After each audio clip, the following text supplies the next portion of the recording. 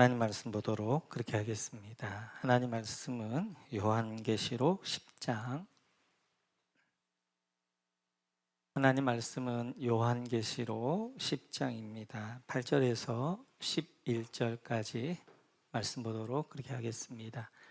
요한계시록 10장 8절입니다. 같이 읽습니다. 하늘에서 나서 내게 들리던 음성이 또 내게 말하여 이르되 네가 가서 바다와 땅을 밟고 서 있는 전사의 손에 펴 놓인 두루마리를 가지라 하기로, 내가 전사에게 나아가 작은 두루마리를 달라 한즉 전사가 이르되 갖다 먹어버리라. 내 배에는 쓰나 내 입에는 꿀같이 달리라 하거늘, 내가 전사의 손에서 작은 두루마리를 갖다 먹어버리니 내 입에는 꿀같이 다나 먹은 후에 내 배에서는 쓰게 되더라. 그가 내게 말하기를 네가 많은 백성과 나라와 방언과 임금에게 다시 예언하여야 하리라 하더라. 아멘. 오늘은 여섯 번째 나팔 재앙에 대하여서 같이 한번 살펴보도록 그렇게 하겠습니다. 우리 한번 9장 13절 말씀 보도록 그렇게 하겠습니다. 9장 13절 우리 같이 읽겠습니다. 여섯째 전사가 나팔을 불매 내가 들으니 하나님 앞 금제단 넷불에서 한 음성이 나서. 아멘. 여러분 여기 여섯째 전사가 나팔을 불매, 여기에다 밑줄 그어 주시고요. 이제 여섯 번째 전사가 나팔을 불어서 여섯 번째 나팔 재앙이 시작합니다. 그런데 그때 이제 금제단에서 한 음성이 나와서 이렇게 말씀하십니다. 우리 한번 14절 같이 한번 읽어볼까요? 같이 읽죠. 시작. 내 전사, 네 14절 14 시작. 나팔 가진 여섯째 전사에게 말하기를 큰 강 유브라데에 결박한 내 전사를 놓아주라 하매. 아멘. 큰 강 유브라데에 내 천사가 결박되어져 있는데 이들을 놓아주어라 라고 말씀하고 있습니다. 이스라엘 백성들 유대인들에게 유브라데 강이라는 것은 그들의 북쪽 경계를 이야기해요. 그래서 우리나라 같은 경우에는 북쪽 경계를 압록강, 두만강 이렇게 하는 것처럼 이스라엘 유대인들에게 북쪽 경계는 유브라데가 되어지고요. 그 유브라데를 건너서 적들이 침입해 오지요. 그래서 아수르가 유브라데를 건너서 북이스라엘을 멸망했고요. 바벨론이 유브라데를 건너서 남유다가 멸망되어졌던 것을 볼 수 있습니다. 뿐만 아니라 로마 사람들에게 있어서 유브라데라는 것은 우리가 잘 봤던 것처럼 로마인들에게 가장 큰 대적은 파르티아인들이었어요. 근데 그 파르티아인들과 이제 경계를 이루는 곳이 어디였냐면 유브라데였습니다. 그래서 큰 강 유브라데 하면 전쟁을 이야기하게 되어져요. 그래서 그 전쟁 이제 유브라데에 4명의 이제 천사들을 결박했다는 거지요. 그래서 이제 이렇게 7장을 보면 그 내용이 나옵니다. 7장 1절 같이 한번 읽어볼까요? 7장 1절 앞에 한 줄 한번 넘어가 시작. 2일 후에 내가 내 전사가 땅 넷 모퉁이에 선 것을 보니 땅의 사방에 바람을 붙잡아 바람으로 하여금 땅에나 바다에나 각종 나무에 불지 못하게 하더라. 아멘. 이렇게 하나님이 내 천사를 붙잡으라, 내 바람을 붙잡으라고 말씀하셨어요. 그래서 동서남북 내 바람이 붙잡은데 이 바람이 불기 시작하면 이제 전 세계가 이제 엄청난 소용돌이 가운데 있으니까 내 바람을 붙잡아라 라고 했는데 그것이 지금 유브라다의 내 천사를 이야기해요. 그래서 그 내 천사를 어떻게 하라? 놓아주어라 그렇게 말씀하십니다. 그래서 이제는 이 내 천사를 놓게 되어지면 동서남북에서 엄청난 소용돌이 바람이 불어오면서 이제 마지막이 끝나게 되어집니다. 예전에는 이 내 바람이 뭘까 이제 이런 생각들을 좀 했었는데 지금은 너무나 확연하지요. 이것은 바로 이제 동서남북의 네 세력을 이야기합니다. 유브라데를 중심으로 서쪽에는 미국과 유럽을 중심으로 한 서방 세계, 동쪽에는 중국 세력이 있게 되어지고요. 그 유브라데 북쪽에는 러시아라는 세력이 있게 되어지고, 유브라데 남쪽에는 이제 중동, 모슬렘, 이제 이슬람이라는 세력이 있게 되어져요. 이 세력들을 하나님이 어떻게 하는 거예요? 딱 결박해서 이 세력들이 서로 부딪히지 못하도록 이제 잡아놓고 있는 것입니다. 그런데 지금 이 세력을 두 세력을 놓았죠, 하나님이. 그래서 어디요? 러시아하고 그 다음에 서방의 세력들이 충돌하는데, 그 충돌이 우크라이나 전쟁이죠. 그러니까 러시아와 이제 이런 서방 세력들이 우크라이나라는 곳에 충돌하면서 이제 이렇게 세력들이 부딪히게 되어집니다. 이런 것들은 지금 이제 시작이 되어지고, 앞으로 이제 이것들이 내 세력이 자기들의 탐욕으로 충돌하게 되어질 거예요. 그러면 세계 대전이 일어나면서 세상 걷잡을 수 없이 멸망을 하게 되어집니다. 그래서 오늘 16절을 보면 이렇게 말씀하시지요. 16절 같이 읽죠. 시작. 마병대의 수는 1만 만이니 내가 그들의 수를 들었노라. 여러분, 마병대의 수는 1만 만이니 묻줄거 주시고, 마병대라는 군인을 이야기해요. 군인이 1만 만이다. 이제 2만 만이다. 예전에는 2억이라는 숫자가 없었습니다. 그래서 만까지였기 때문에 2만 곱하기 만 하게 되어지면 2억이라는 숫자가 나와요. 2억이라는 군인들이 충돌하게 되어지는데, 그렇게 되어지면 이제 우리 한번 15절 같이 한번 읽어볼까요? 15절 시작. 내 전사가 놓였으니 그들은 그 년, 월, 일시에 이르러 사람 3분의 1을 죽이기로 준비된 자들이더라. 여러분, 3분의 1을 죽이기로 준비된 자, 여기다 밑줄 그어주시고, 이래서 3분의 1의 사람들이 죽습니다.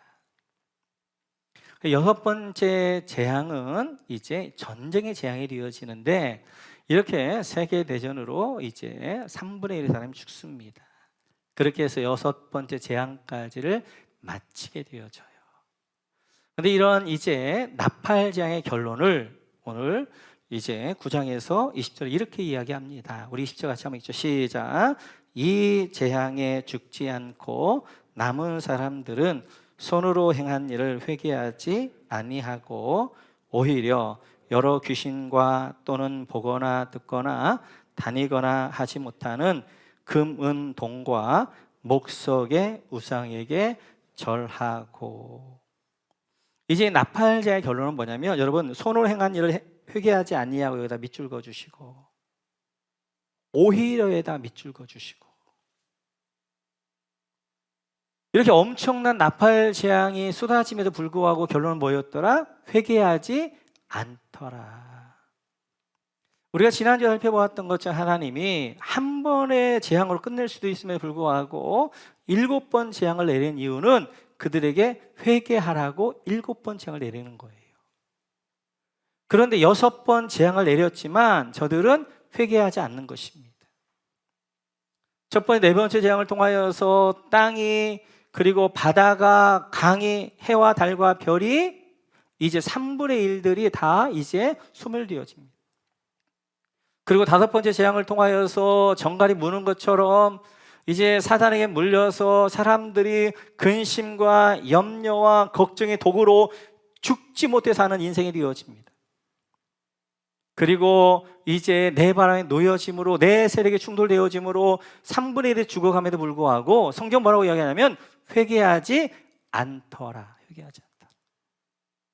그러면 도리어 뭐예요? 오히려 여러 귀신, 이 귀신은 뭐예요? 전갈이 쏜 거잖아요. 그리고 거기 보면 금은 동 목석의 우상, 탐욕에 어떻게 하는 걸 절하고 우상 숭배하게 되어진,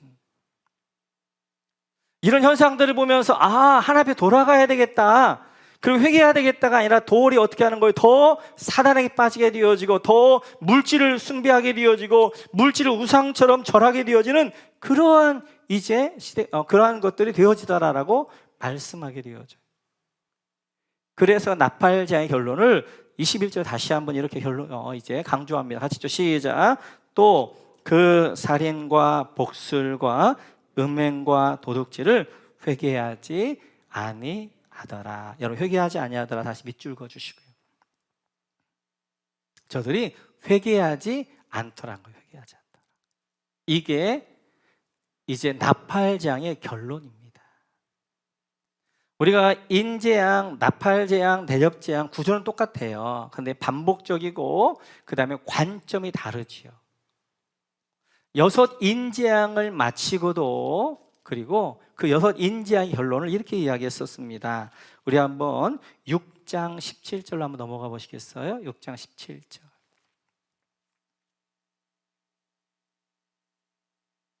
같이 한번 읽습니다. 시작. 그들의 진노의 큰 날이 이르렀으니 누가 능히 서리요 하더라. 인재양의 결론은 누가 능히 서리요. 6개의 인재양이 내리니까 그 인재양 가운데 이 진노의 큰 날에 어린 양의 심판 앞에 누가 설 수 있느냐, 누가 구원받을 수 있느냐 라는 것이 인재양의 결론이란 말이에요. 질문이란 말이에요. 그 질문에 대해 7장에서 어떻게 답을 주고 있는 거예요. 그래서 6번째 재앙까지 하고 가로하고 7번째 재앙이 나오고, 이 가로 7장, 그러면 이 어린 양의 진노 앞에 설 수 있는 사람이 누구인가? 그들을 가리켜서 7장 4절에서 이렇게 이야기합니다. 같이 읽죠. 시작. 내가 인침을 받은 자의 수를 들으니 이스라엘 자손의 각 지파 중에서 인침을 받은 자들이 14만 4천이니. 어린 양의 진노 앞에 누가 설 수 있는가? 누가 구원받을 수 있는가? 성령의 인침 받은 사람, 보혈의 피로 정결케 된 사람이 구원받을 수 있는데, 그들이 유대인은 14만 4천이요 이방인은 허다한 수많은 무리들이라 말씀하게 되어져요. 이들이 어린 양의 심판 앞에, 진노 앞에 쓴다라고 말씀하게 되어져요. 마찬가지예요.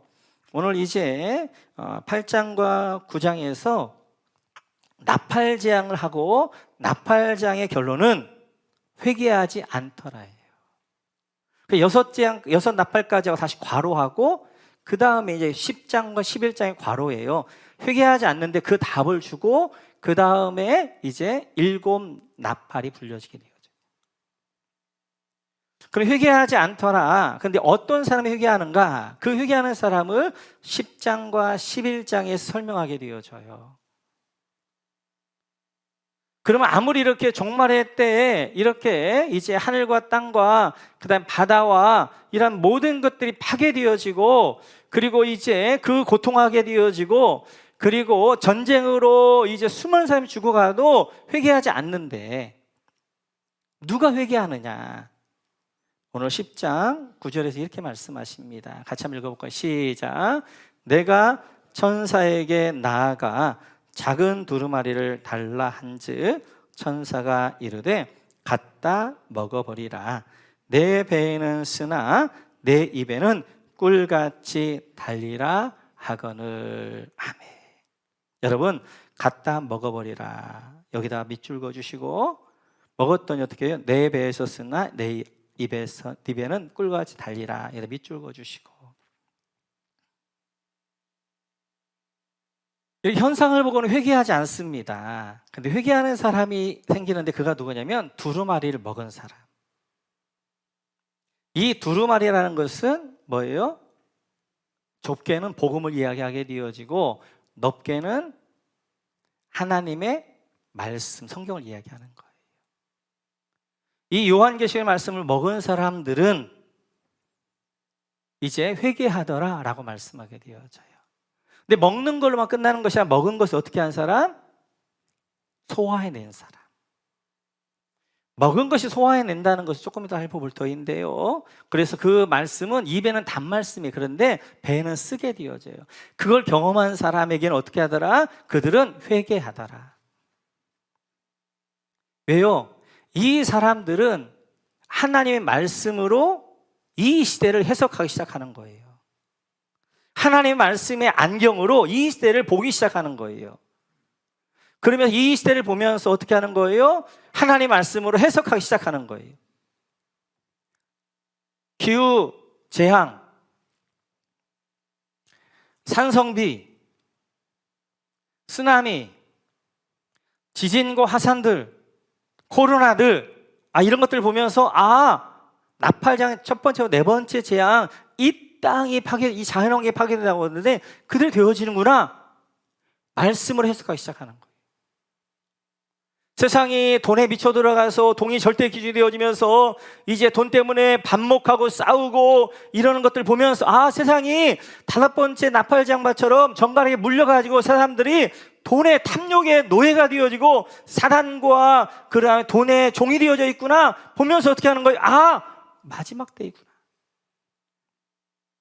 우크라이나 전쟁을 보면서도 성경에서 네 바람을 붙잡고 있는데 지금 하나님이 두 바람을 놓아서 두 바람이 충돌해서 지금 저렇게 전쟁이 일어나고 있구나 하면서 어떻게 하는 거예요? 이 마지막 때를 해석할 줄 안단 말이에요.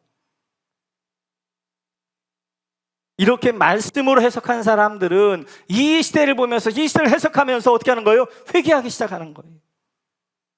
이제 주님은 말씀하신 것처럼 이 시대가 종말의 시대구나, 이 시대가 마지막이 되어졌구나, 이 시대가 이제 주님 오실 날이 가까웠구나 그러면서 이 시대를 해석하면서 어떻게 하는 거예요? 이 시대를 해석하면서 회개하더라 라고 말씀하게 돼요. 회개한 삶을 가리켜서 로마서 13장에서는 바울사가 이렇게 이야기합니다. 같이 시작. 여러분은 지금이 어느 때인지 압니다. 잠에서 깨어나야 할 때가 벌써 되었습니다. 지금은 우리가 처음 믿을 때보다 우리의 구원이 더 가까워졌습니다. 아멘. 여러분은 지금 어느 때인지를 아는 거예요. 누구는 하나님의 말씀을 먹은 사람들은 이 말씀을 이 시대를 해석하기 시작하니까 이 시대가 어느 시대인가를 아는 거예요. 그 사람들은 회개하기 시작하는 거예요. 회개가 뭐예요? 깨어나기 시작하는 거예요. 그들이 뭐 하는 거예요? 자다가 깨는 거예요.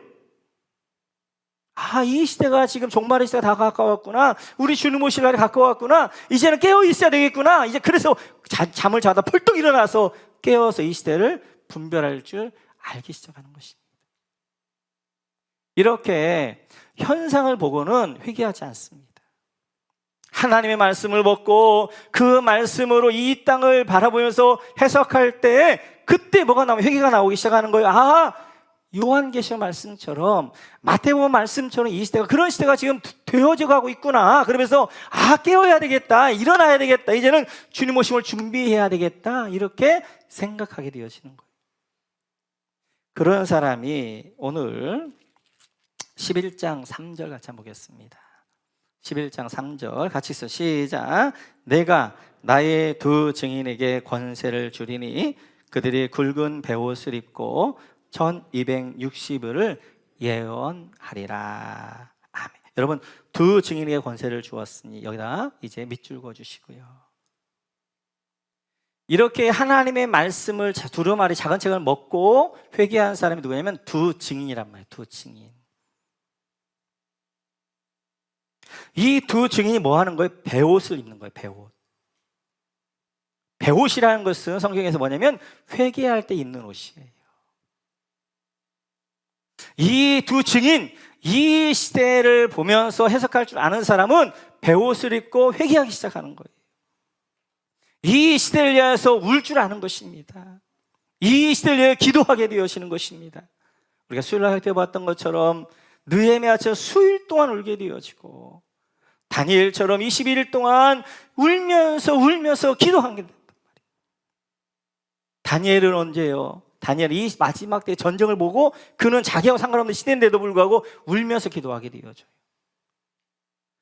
지금 이 전쟁 가운데 이 종말의 시대에 살고 있는 우리는 베옷을 입고 기도하면서 이 시대를 위해서 울고 이 시대를 위해서 회개하게 되어지고 이 시대를 위해 중보하게 되어지고 그리고 멸망을 가는 사람들 향하여서 기도하게 되어져요. 이들이 두 증인, 이들이 교회, 이들이 남은 자 교회다라고 말씀하게 되어져요. 마지막 때의 교회는, 마지막 때의 두 증인은, 마지막 때에 이제 하나님의 남은 자 교회는 하나님의 두루마리를 먹고 그리고 이 시대를 해석할 줄 알고 이 시대를 위하여 베옷을 입고 중보하며 기도하는 사람이 바로 이 시대의 남은 자가 되어지는 거예요. 그러면 오늘 이제 우리 모두는 이 말씀을 먹고 이 시대를 해석해야 됩니다. 분별할 줄 알아야 될 거예요. 이제는 자다가 깰 때가 벌써 되어졌어요. 여러분, 이제는 주님 오실 날이 멀지 않았어요. 우리의 길을 돌이켜서 회개해야 될 뿐만 아니라 이 시대를 위하여서 깨어있는 시대가 되어져야 됩니다. 여러분 모두가 깨어있는 여러분 되시기를 주님의 이름으로 축원합니다. 뿐만 아니라 오늘 10장을 조금 더 자세히 살펴보면 우리 1절 같이 한번 읽어볼까? 1절 같이 읽자. 시작. 내가 또 보니 힘센 다른 천사가 구름을 입고 하늘에서 내려오는데 그 머리 위에 무지개가 있고 그 얼굴은 해 같고 그 발은 불기둥 같으며. 여러분 여기 10장에다 힘센 다른 천사에다 밑줄 그어주시고요. 구름을 입고 하늘에서 내려오는데 여기다 밑줄 그어주시고, 구름에다 동그라미 쳐주시고, 머리 위에 무지개가 있고 밑줄 그어주시고, 무지개에다 동그라미 쳐주시고, 그 얼굴은 해 같고 밑줄 그어주시고 해에다 동그라미 쳐주시고, 그 발은 불기둥 같으며 불기둥에다 동그라미 쳐주시고. 여기는 다른 천사라고 이야기해요.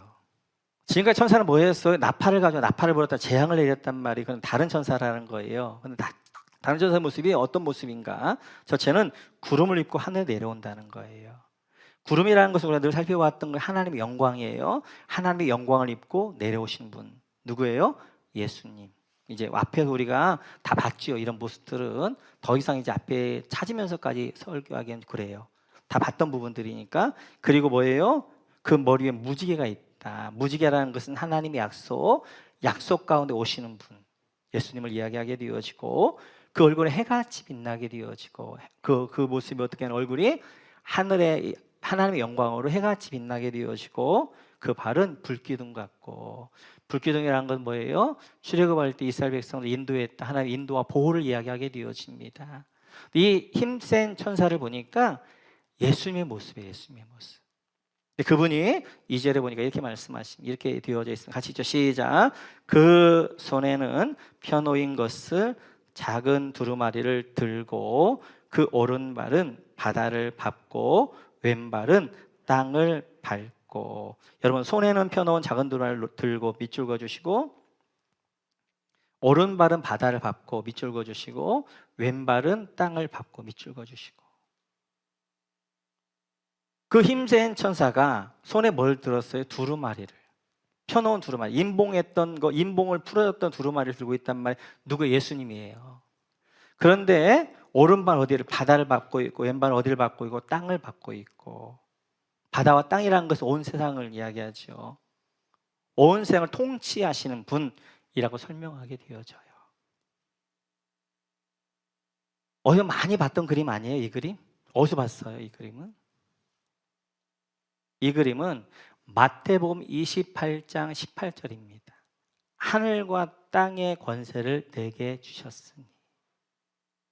이제 마지막 제자들에게 어떻게 예수님께서 이제 마지막 명령을 주셨어요. 그때 뭐라고 말씀하면 하늘과 땅의 권세를 내게 주셨으니 너희는, 그러면서 그들에게 지상 명령을 주신단 말이에요.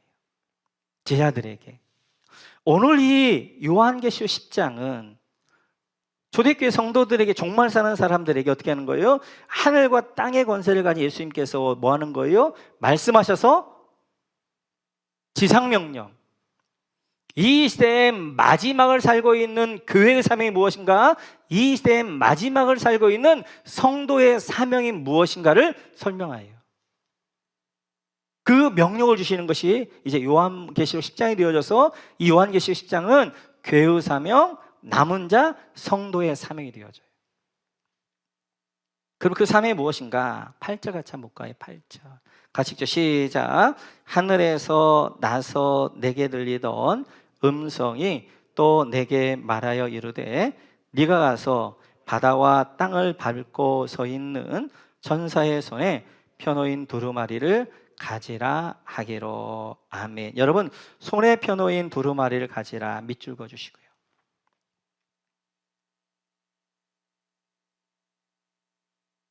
교회의 첫 번째 사명, 이 종말의 교회, 종말의 성도의 첫 번째 사명은 하나님의 두루마리를 가지는 거예요.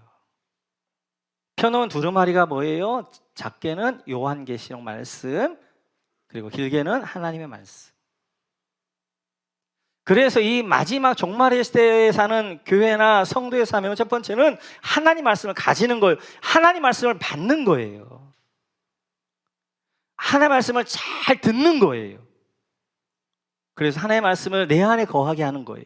그게 마지막 시대를 살고 있는 종말의 교회와 성도에 주신 사명이 되어져요.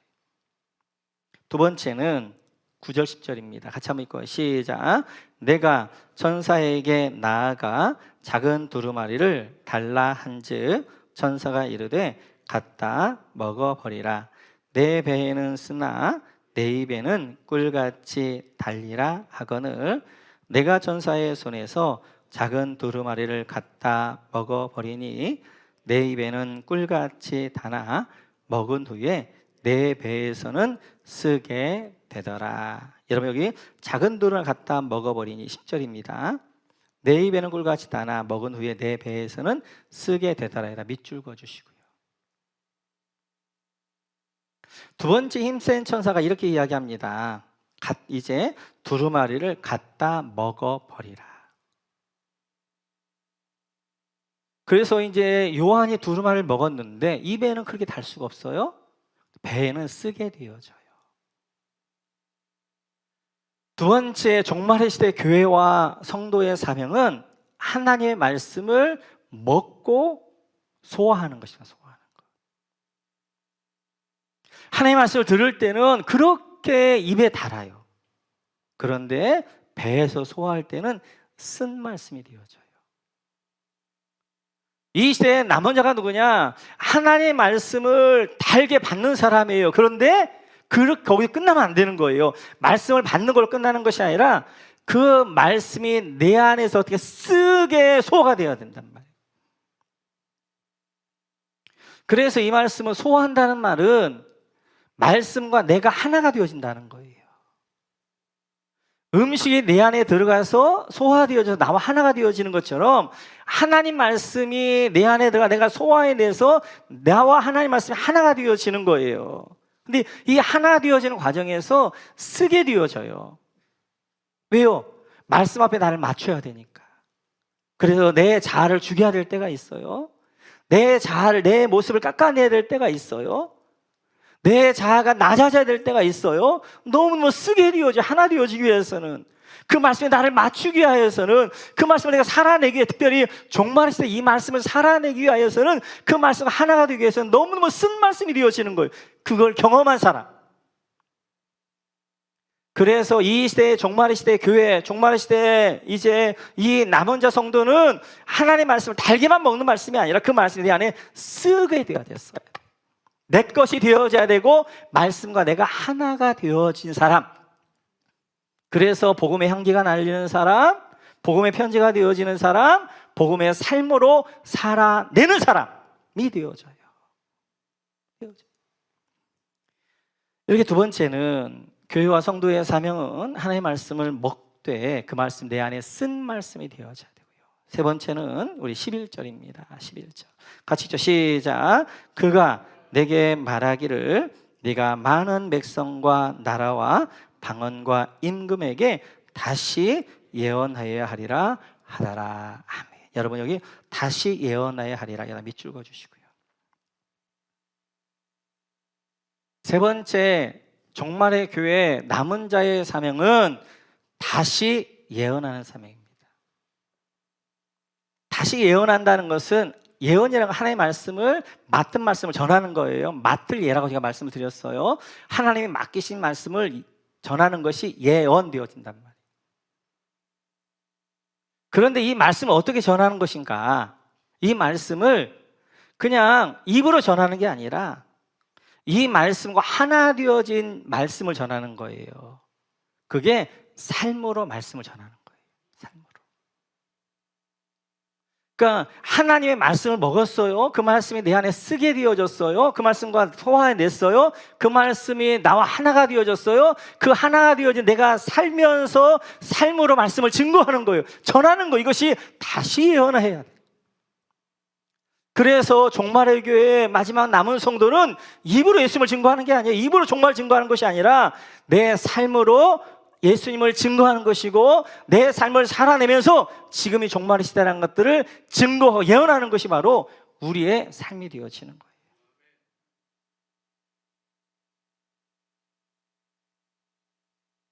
오늘 본문을 보면서 하나님은 너무 잔인하지 않나? 왜냐하면 지금 이 말씀을 받고 있는 요한이나 초대교회 성도들은 다시 가서 말씀을 전해야 될 사람이 누구예요? 거기 보니까 방언과 임금들이라고 했단 말이에요.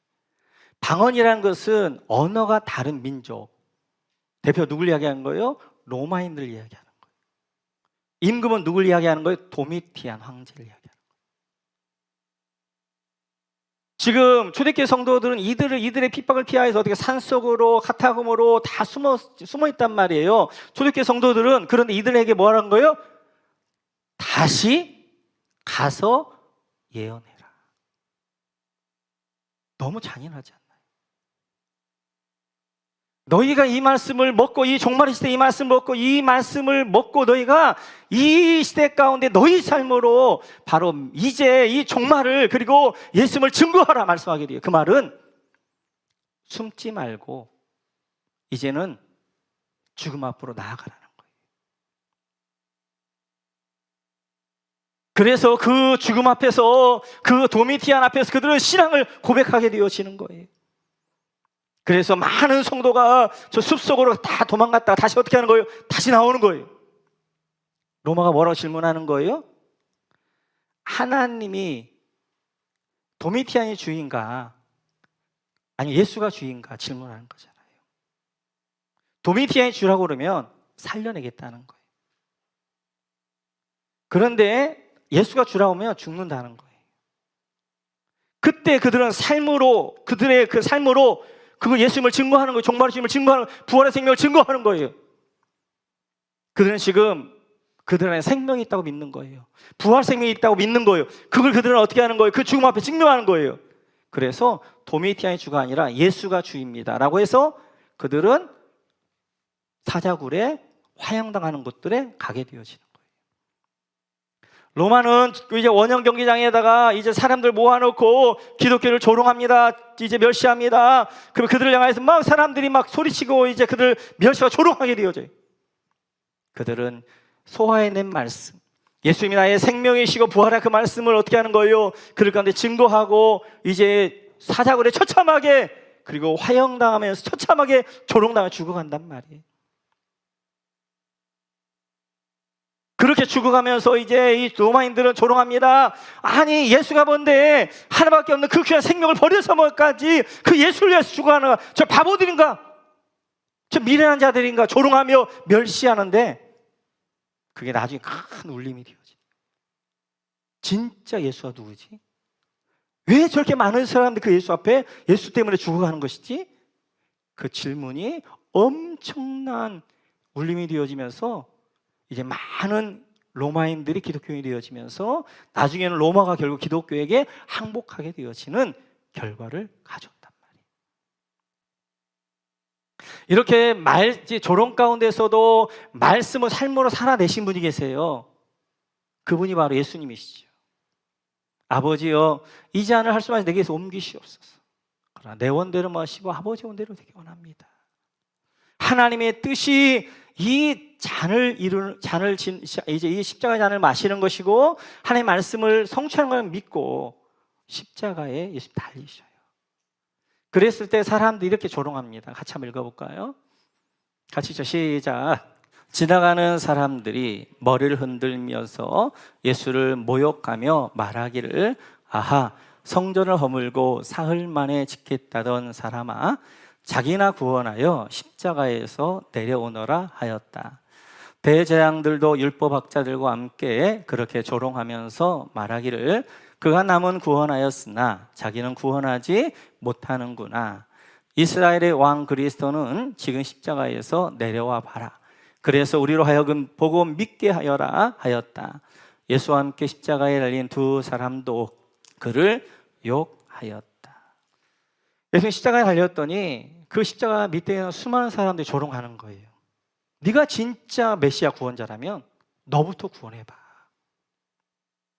너를 만약 구원할 것 같아, 십자가에 내가 너를 구원할 것 같으면 우리가 믿을게. 네가 메시아라는 걸 증명해봐 라고 예수님을 향해 조롱하면서, 그리고 이제 예수님을 향하여서 멸시하면서 그렇게 비웃으면서 말한단 말이에요. 예수님 십자가에 내려갈 만한 능력도 있었어요. 그럴 만한 힘도 있어요. 그러나 내려가면 하나님의 말씀을 이룰 수 없기에, 그 안에 말씀으로 소화된 말씀이 있기 때문에 말씀으로 그 십자가의 그 수많은 모욕과 조롱과 비웃음을 참아내면서 십자가에 달리신 거단 말이에요. 그렇기 때문에 그 십자가가 우리의 울림이 되어지고 십자가를 바라볼 때마다 예수님은 왜 그 십자가에 죽으셨어요? 나의 죄를 위하여서 하나님임에도 불구하고 12명도 더 되는 천사를 통하여 저들을 다 멸할 수 있음에도 불구하고 십자가의 그 고통을 감당하셨구나. 그리고 십자가를 어떻게 하는 거예요? 이제 믿게 되어지고 구원을 믿게 되어 예수님을 영접하게 되어지는 그런 많은 사람을 구원하게 되어지는 역사가 있게 되어졌단 말이에요. 우리 많은 선진들이, 믿음의 선배들이 이렇게 살았습니다. 우리 한번 창세기를 한번 볼까요? 같이 시작. 에녹은 65세에 무드셀라를 낳았고, 무드셀라를 낳은 후 300년을 하나님과 동행하며 자녀를 낳았으며 그는 365세를 살았더라. 에녹이 하나님과 동행하더니 하나님이 그를 데려가심으로 세상에 있지 아니하였더라. 아멘. 65세에 에녹이 아들 낳습니다. 근데 그 아들의 이름을 무드셀라라고 해요. 그런 걸 보면 하나님 앞에 말씀 계시를 받은 것 같아요. 그래서 그 아들 이름을 무드셀라, 무트 죽는다, 셀라 보낸다. 무트, 이 아이가 죽으면 심판이 온다, 이런 뜻이거든요.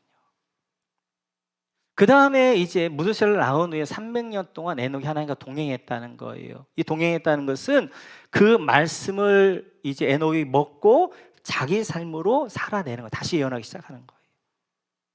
그래서 사람들에게 뭘 증거하는 거예요? 이제 하나님의 심판을 증거하는 거예요. 이렇게 살다가는 하나님의 심판이 임할 것입니다. 이 아이가 죽기 전에 하나님의 심판이 임합니다 라고 계속해서 증거하는 삶을 살게 되어져요. 그 삶으로 입으로 증거하게 되어져요. 300년 동안 그렇게 증거했는데 다 비웃는 거예요. 말이 되는 소리를 해라. 말같이 그렇게 조롱하게 되어진 거예요. 그렇게도 안 믿게 하나님 어떻게 하시는 거예요? 사람들이 보는 앞에 에녹을 하늘로 데려가시는 거예요. 에녹이 말한 그 예언이, 에녹이 말한 그 선포가 진실이다 하는 것들을 통하여 사람들이 보여주기 위해서 하나님이 그걸 죽음을 보지 않고 사람들 보는 데 데려가신 거예요. 근데도 사람들은 안 믿어요. 회개하지 않습니다. 아무리 현상을 봐도 회개하지 않는 거예요. 그러자 누가 다시 무드셀라의 아들인 라멕이, 노아가 증거하게 되어져요. 그래서 하나님이 노아에게 산 위에다 방주를 지으라는 거예요. 산 위에다 방주를 지으라는 것은 그 시대 강력한 하나님의 메시지란 말이에요. 배는 바다에다 짓는 거예요. 근데 산 위에다 짓는다는 말은 하나님의 홍수로 이 모든 산이 다 덮이면서 다 멸할 것이라는 것들을 시각적으로 보여주는 거란 말이에요. 메시지란 말이에요. 그리고 그 배를 1년 만에 짓는 게 아니라 120년 동안 지켜야 하시는 거예요. 왜요? 120년 동안 기회를 주시는 거예요. 노아가 지으면서 이야기합니다. 여러분, 이 방주를 완성하면 120년 후면 이 땅에 물로 멸망할 것입니다. 회개해야 됩니다. 깨어 있어야 됩니다. 아무리 노아가 외쳐도 120년 동안 외치고 그의 삶으로 살아내도, 다시 예언해도 사람들이 회개하지 않는 거예요. 그리고 도리어 노아를 조롱하는 거예요. 비웃는 거예요. 아, 노아가 노망 들었나 보다. 노아가 제정신이 아닌가, 미쳤나 보다. 그래 노아를 도리어 조롱하고 이제 노아를 비웃는단 말이에요. 결국 120년이 찾아 하나님의 심판이 임하게 되어진 거예요. 그리고 심판이 임했을 때 방주 달려가지고 이미 방주는 닫혀서요. 기회가 끝난 거예요. 아무리 문을 열어달라고 해도 문을 열어줄 수가 없는 거예요. 이제 방주의 문이 열려 있을 때까지, 하나의 심판이 임할 때까지만 기회가 있는 거예요. 그렇게 말씀을 삶으로 살아냈던 바울은 이렇게 고백합니다. 같이 한번 읽어볼까요? 같이 읽죠. 시작. 내가 생각하건대 하나님이 사도인 우리를 죽이기로 작정된 자같이 끄트머리에 두셨음에 우리는 세계 곧 전사와 사람에게 구경거리가 되었노라. 바울 자신이 저 이제 전쟁 포로의 끝에 있는 조롱거리처럼 되어졌다. 바울이 천사, 타락한 귀신들이나 사단의 세력들이나 사람들에게 구경거리가 된 거예요. 그렇게 많이 배웠고 그렇게 많이 능력이 있는데 바울은 뭐 하는 거예요? 모든 걸 배설물로 여기 오직 복음을 위하여서 매를 맞으면서 걸어 다니면서 복음을 증거하는 바울을 보면 사람들이 조롱하는 거예요. 야, 바울 미쳤다. 그 아그리빠 왕 같은 게 뭐라고 말하게요? 바울아, 네 많은 학문이 너를 미치겠구나. 널 미치겠구나. 그렇게 이야기하는 거예요. 바울을 조롱하는 거예요. 많이 배웠다면서. 그렇게 이제 율법 학자인데 지금 왜 저렇게 하고 있나? 그를 조롱하는 거예요. 그를 구경 삼는 거예요. 그를 멸시하는 거예요. 그 멸시와 조롱을 그가 다 감당하는 거예요. 그러면서 어떻게 하는 거예요? 아닙니다. 이 세상의 모든 것은 배설물입니다. 우리는 저 하늘나라, 영원한 나라, 영원한 하늘나라를 바라봐야 되고 그 나라를 소망해야 됩니다 라고 바울이 그의 삶으로 증거하지만 말씀 먹지 않은 사람들은 어떻게 하는 거예요? 그 바울을 조롱하는 거예요. 구경거리 삼는 거예요. 비웃는 거예요. 오늘 우리가 이런 삶들을 살아가야 된다고요. 여러분, 고상에게 예수 믿을 수 없습니다. 세상 사람들이 칭찬만 받으면서 예수 믿을 수 없어요. 세상과 다르게 살기 때문에 너 미쳤냐? 너 제정신이야? 세상에 우리 주님 오실 날이 멀지 않았다. 그리고 이제 요한계시를 통하여서 봐라. 이렇게 자연환경이 파괴되어지고 이렇게 이제 사람들이 돈을 쫓아가게 되어지고 이런 전쟁을 보니까 주님 오실 성경이 그대로 되어졌다. 주님 오실 날이 멀지 않았다. 회개해야 된다 라고 사람들 향해서 이야기하고 우리의 삶으로 살아낼 때 사람들을 조롱할 거예요. 너 미쳤냐? 세상이 이렇게 좋은 세상인데 세상이 이제 이렇게 멸망하게 돼 세상을 해당이 되어져 너 조롱할 거예요.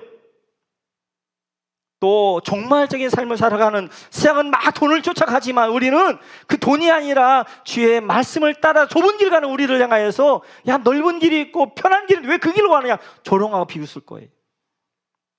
그러나 마지막 때 말씀을 먹은 사람, 말씀을 소화해낸 사람은 이 말씀을 따라 세상이 조롱이라 할지라도 우리의 삶으로 세상에 다시 연하게 되어지고 삶으로 세상에 증거하게 되어지고 우리 예수로 아닙니다. 이 땅은 곧 멸망할 것입니다. 주께 돌아와야 됩니다. 이렇게 우리가 고백하게 될 거예요. 마지막 종말의 교회 남은 자 성도가 해야 될 일은 하나님의 말씀을 받고 그 말씀을 먹고 소화해내서 우리의 삶으로 그 말씀을 소화해내 그 삶으로 복음을 증거하는 것, 이것이 바로 우리의 사명이 되어져요. 오늘 한번 11절 말씀 다시 한번 볼까요? 11절 같이 하면서 시작. 그가 내게 말하기를 네가 많은 백성과 나라와 방언과 임금에게 다시 예언하여 하리라 하더라. 여러분 다시에다가 동그라미 쳐주시고요. 다시. 이번 주 저를 살려낸 말씀이 이 말씀입니다. 제가 참 힘들고 어려울 때 월요일 날 이제 교회 출근해서 말씀을 이제 다음에 전할 말씀을 쭉 묵상하는데 11장이 다시라는 말씀이 확 저한테 왔어요. 어게인, 다시. 지쳐있는 저에게 다시 일어나라. 말씀을 전하기 두려워하고 있는 저에게 다시 예언해라 라고 주님 말씀하셨어요. 지금 다시 예언하라는 사람은 누구예요? 지금 초대교회 성도를 죽이고 있는 로마 세력에게 그리고 도미티안에게 다시 전가요. 그는 누구예요? 오늘 9장 20절 27절에 회개하지 않는 저 사람들, 하나님의 아무리 세상에 이제 이런 현상으로 보여져도 회개하지 않는 그들을 향하여 다시 구원받을 확률이 0%란 말이에요. 회개할 확률이 없는 사람이란 말이에요. 그들에게 다시 예언한다는 것은, 그들에게 다시 이제 초대교회 성도들이 같이 한다는 것은 너무나 무가치한 희생이란 말이에요. 낭비적이란 말이에요. 그런데 그러한 무모한 사랑으로, 그런 낭비적인 사랑으로 주님이 나를 찾아오셨기 때문에 오늘 내가 여기 있는 거예요. 만약 한번 전했는데 문을 두드렸는데 문을 안 열어서 에이, 문 안 열나 보다, 그냥 또 이제 말씀 전했는데 안 거 가버렸다면 우리 여기 없을 거예요. 그러나 내가 꼭꼭 문을 닫고 있음에도 불구하고 다시 와서 나를 두드리신 하나님, 다시 나를 찾아오신 그 하나님, 구원받을 확률이 0%같이 절망적이고 확률 없는 나를 향하여서 계속 찾아왔던 그 무모한 사랑이, 그 낭비적인 사랑이 오늘 나를 여기 있게 하는 거예요. 그 사랑이 오늘 여러분에게 말씀하십니다. 얘야, 다시 일어나자. 얘야, 다시 시작하자. 얘야, 다시 힘을 내라. 얘야, 다시 예언해라. 다시 사명 감당해 가라. 얘야, 다시 나와 함께 가자. 라고 주님이 말씀하게 되어져요. 여러분이 지금 어디 자리에서 이제 절망과 낙심 가운데 울고 있든지, 우리 지금 다시 찾아와 말씀하신 거예요. 얘야, 다시 내 손잡고 일어나지 않을래? 얘야, 다시 예언하지 않을래? 얘야, 다시 나가지 않을래? 다시 사명 감당하지 않을래? 라고 말씀하게 되어져요. 다시 여기 이 주님 말씀 기억하면서 이 한 주간도 주님 붙잡고 또다시 일어나고 또다시 일어나고, 주님은 결코 포기하지 않는 그 사랑 붙잡고 그 손 붙잡고 일어나시는 여러분 모두가 되시기를 주님의 이름으로 축원합니다.